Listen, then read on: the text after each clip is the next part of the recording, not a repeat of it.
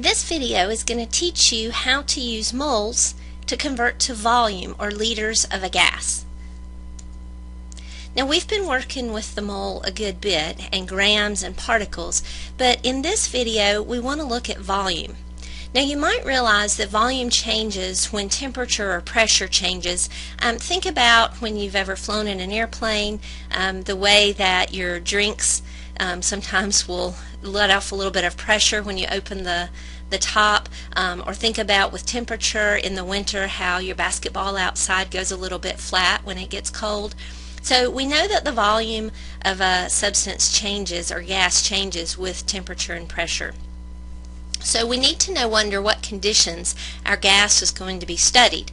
We're going to use standard temperature and pressure. Now these standard values are always going to be these values. Standard temperature is defined as 0 degrees Celsius and standard pressure is 101.3 kilopascals, that's the metric unit, or 1 atmosphere or ATM of pressure. So just keep that in mind as you're studying and looking at these problems. STP just means the temperature and pressure under these conditions. Alright, so what is the volume of a gas at standard conditions?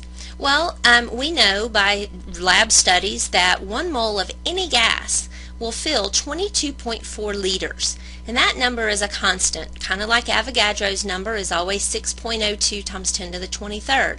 Molar volume is always 22.4 liters at STP. So 1 mole of a gas is 22.4 liters. Well, we also know 1 mole of a gas is 6.02 times 10 to the 23rd particles. So that leads us to the conclusion that 22.4 liters of a gas is 6.02 times 10 to the 23rd particles of that gas. Now you can use this as a conversion factor. You can also use it as molar density by taking the mass in grams of the substance and dividing it by the volume in liters, just like we've done earlier with density. Let's work some problems. Now these mole problems, we're actually going to be working on using the 22.4 as a conversion factor. So let's look at the first one.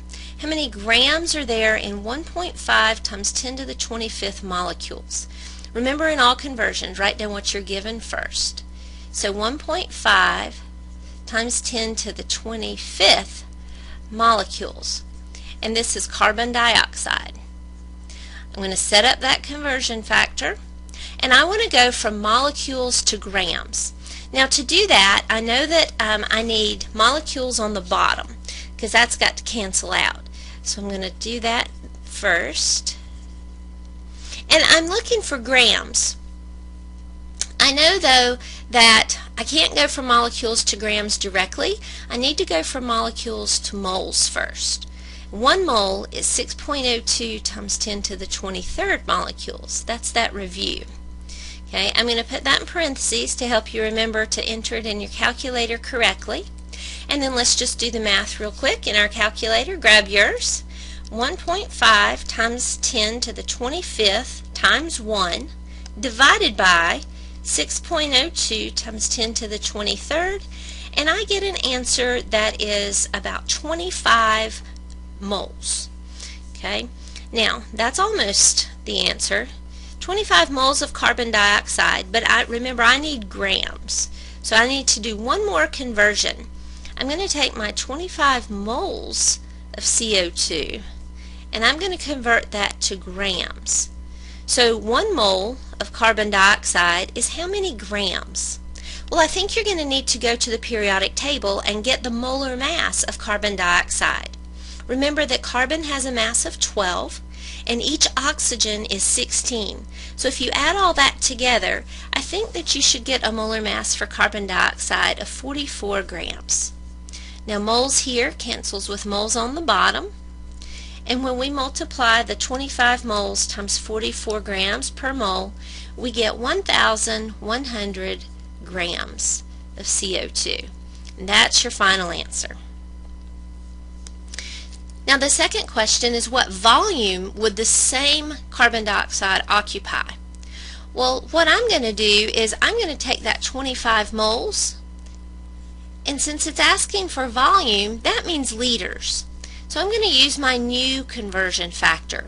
I know that 1 mole of a gas is 22.4 liters at STP, and the problem tells me that I am at STP.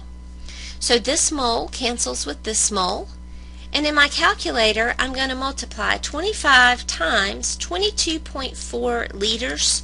The moles cancel out, and I get an answer of 560 liters of carbon dioxide gas.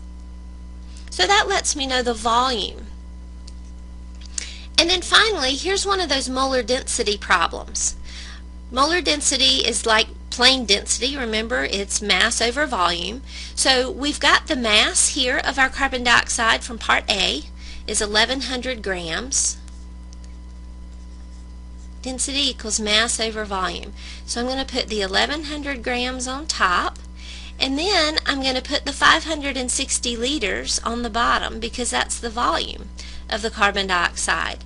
And when you divide those two in your calculator, 1100 grams divided by 560 liters, the answer comes out to be 1.96. That's going to be the density of the carbon dioxide gas, and the units here don't cancel out, so you have 1.96 grams per liter. So those are some of the ways that you can use the 22.4. It's really just another conversion factor like the same ones you've been practicing with in this chapter. Use this as your guide. These are all the conversions that we've learned how to do with moles now. Here's the one we just did, moles to liters and liters to mole. And you see the conversion here is the 22.4. Previously, we learned how to convert moles to particles, which were atoms or molecules, and you can see here that that's Avogadro's number as the conversion factor. And finally, we learned how to do moles to grams and grams to moles. And the way we use that is to look up the mass of the molecule or the atom, the element, on the periodic table, and we use the molar mass. So use that as you're working your mixed conversions, and I'll see you next time.